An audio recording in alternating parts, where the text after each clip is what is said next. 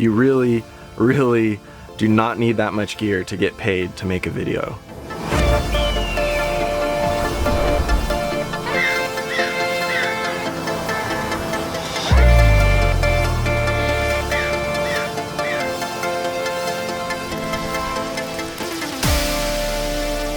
If you don't know me, my name is Jake Frew.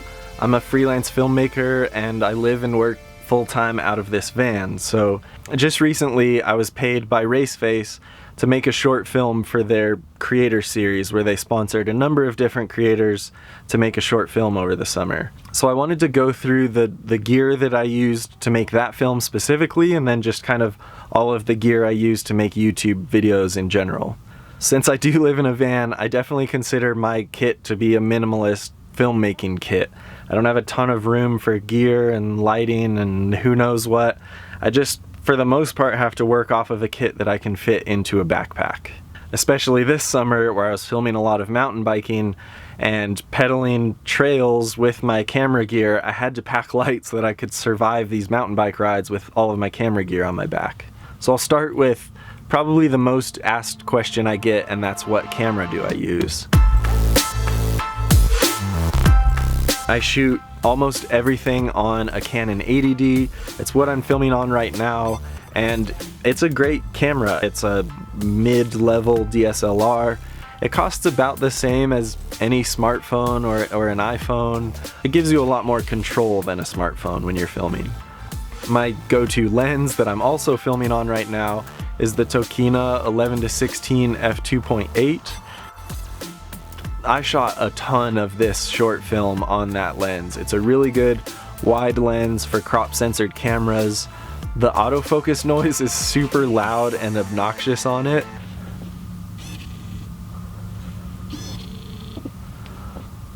I'm guessing a lot of that is picked up by the mic right now, but it's a noticeable autofocus noise. It's kind of a pain sometimes, but when you're filming talking portions like this, you can just lock off the focus if you want and not worry about the autofocus noise. And then when I was filming mountain biking with it, it's obviously not that big of a deal because I'm just putting music over top of it anyway.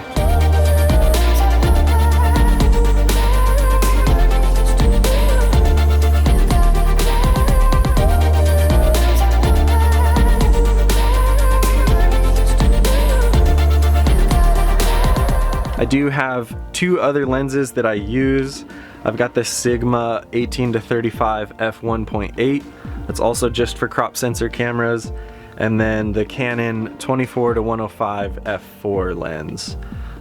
The Sigma lens I used for all of the interviews in my film for Raceface. I liked using it for the interviews because it goes down to an f1.8, but it probably wasn't necessary. It definitely wasn't necessary. I could have easily filmed the interviews either on the Tokina wide lens or on this Canon 24-105. This lens was super helpful because it has stabilization built into the lens and it is a zoom lens. Honestly, the wide lens and this lens were a really powerful combination because I liked using the wide lens for jumps and capturing a lot of motion, and then this zoom lens I really liked using to capture foreground motion and depth. So I used this lens for a bunch of shots when I wanted that look.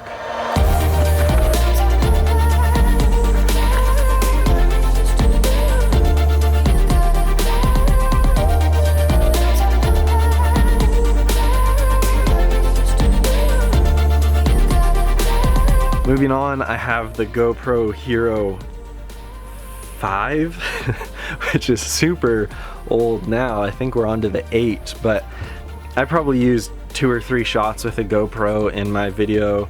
My favorite shot with this for sure was when I was climbing a ladder up a radio tower and I just stuck that in my mouth, climbed the ladder, got kind of a first-person shot of the ladder. It was really quick, but it was a good shot that I liked. And then I think I had one chest-mounted shot in the video. I've talked about this before. I also have the Canon M50, but I didn't use it once in my film because it was broken all summer. But it's a camera. And then a fair bit of shots were on this guy, my iPhone 10.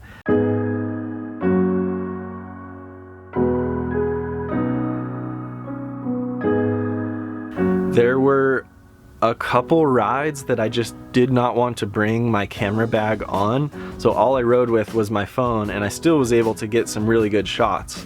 There also were times where I'd be on a ride and didn't have the time to pull out and set up my full DSLR camera, so I just whipped the phone out of my pocket, get a quick shot, and I actually got a good bit of shots on my iPhone that I used in the film. Definitely more shots than I used of the GoPro or the drone. So the iPhone was the second most used camera, second to the 80D. And then finally, I've got the DJI Mavic Air, but I only used 2 shots from it in the whole film. So it's certainly not necessary. Drones are really fun for establishing a location and kind of showing the scenery of where you're at, but it's by no means crucial. Really complicated to fly in a lot of places. There's so many different rules and permits you need and different laws in different countries, so this should be like a last priority, I think, in a kit if you want to get paid to make videos. Not that important. So that's it for cameras. Realistically, I could have easily gotten away with only having the 80D, the Tokina lens, and my iPhone. I could have done the entire film with just those and it would have been pretty much the exact same film. So moving on to lighting. I have 0 lighting equipment. My entire film was just natural light for everything outside, all of the interviews. It was just natural light. Sometimes that worked out great. Sometimes I didn't have very good lighting, but thankfully the story was still the driver even when the interviews didn't look perfect because the lighting was bad. There were a lot of shots that were me kind of doing voiceover narration here in the van. To light that, I just use my computer monitor. I pull up a little text edit window, which is just a white window, make that full screen, and I turn the brightness up all the way to the max on this monitor, and that's what I use to light my face for those. And then to light the background, I just have like a little LED bike light. That's just a white LED that I click, set on my bed, and kind of just barely light up the background. For audio, my studio mic, I guess, is the Rode Video Mic. It's not the Video Mic Pro, it's a step down from that, but it still does a great job. It's not too expensive, but it is kind of big, so I never take that outside. If I want to get good video when I'm out running around, or when I was out mountain biking, I just took this with me, the Rode Video Micro. So they both get great audio. Again, the story's the important thing, and as long as the audio isn't so bad it's distracting, I think either of these work great. For editing the project, I did all of my editing in Adobe Premiere Pro. I have a desktop computer in my van with the monitor, obviously, and that's where I did most of my editing, but I did also recently get a MacBook Pro, which is great when I want to go into coffee shops or work at different places. It's nice to have that as an option so that I'm not always just editing in the van. I can use that to go other places and get some editing done. And then finally, I want to talk about some of the accessories I used that were crucial for this film.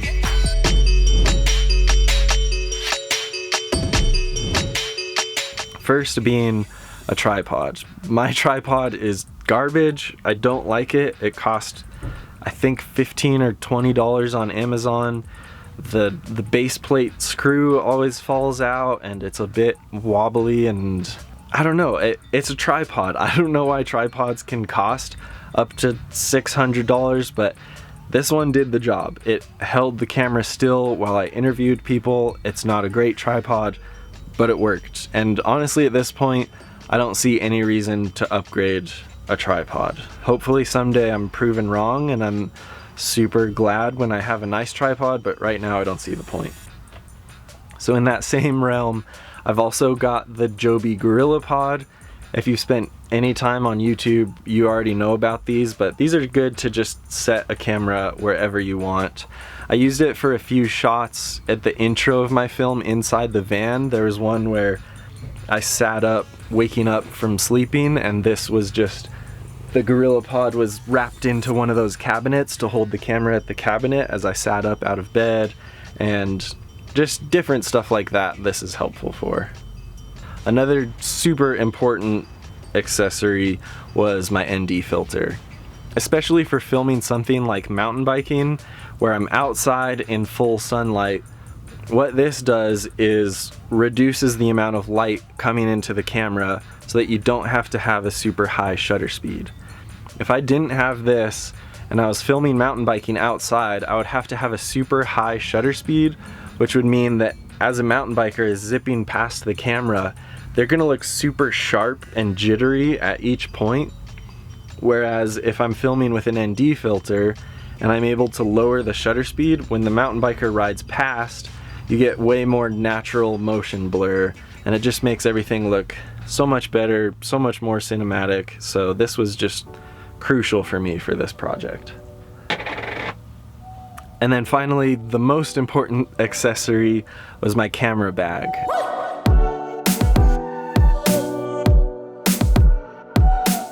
I use the Chrome Nico f-stop pack. It's the only camera bag I've ever had, so I don't really know any different. But that said, this thing is handmade in the US, it's weatherproof, it's super durable, it's guaranteed for life.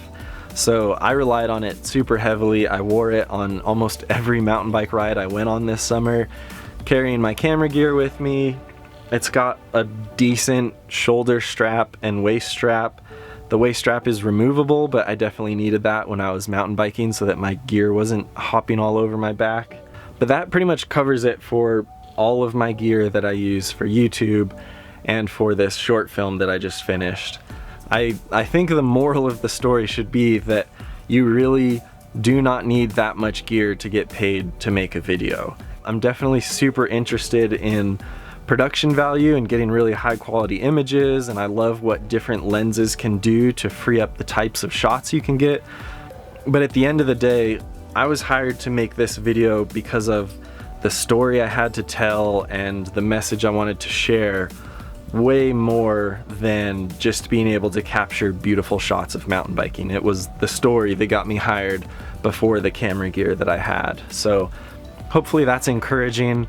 Hopefully that makes you get stoked to just get out there and use the gear you have to tell a story, because that's what makes this whole revolution of video so much fun, is we all have tools now in our pockets that we can use to tell stories and make videos, and it gets me really stoked. So if you've got any questions about the gear I talked about or I use or anything, definitely leave me a comment. I'll try to answer any questions there, and I'll also link everything I talked about in the description, so that'll all be there.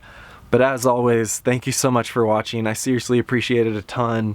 Get out there and film some stuff, and I'll see you soon.